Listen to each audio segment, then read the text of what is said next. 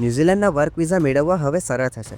New Zealand સરકાર દ્વારા labour શોર્ટેજને પહોંચી વળવા એક્રેડિટેડ એમ્પ્લોયર વર્ક વિઝા અને સિઝનલ વર્ક વિઝાના નિયમોમાં મહત્વપૂર્ણ ફેરફાર કર્યા છે, જે વર્ષ 2025થી 4 તબક્કામાં લાગુ થશે.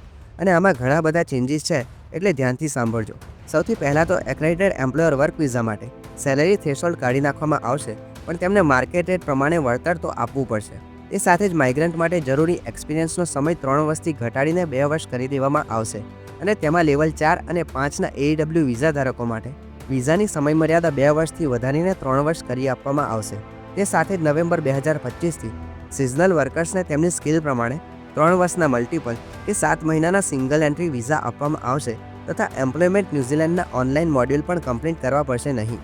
હવે ફાઇનલી ઘણા કન્સ્ટ્રક્શન રોલ્સ માટે મિનિમમ 35% લોકલ વર્કફોર્સને ઘટાડીને 15% કરી દેવામાં આવશે. અને આ બધા નિયમોની વિસ્તૃત માહિતી વર્ષ 2025ના શરૂઆતથી જાહેર કરવામાં આવશે. આવી જ દુનિયાના દરેક દેશની વિઝા સંબંધિત સચોટ માહિતી માટે વાંચતા રહો ઇમિગ્રેશન ટાઈમ્સ.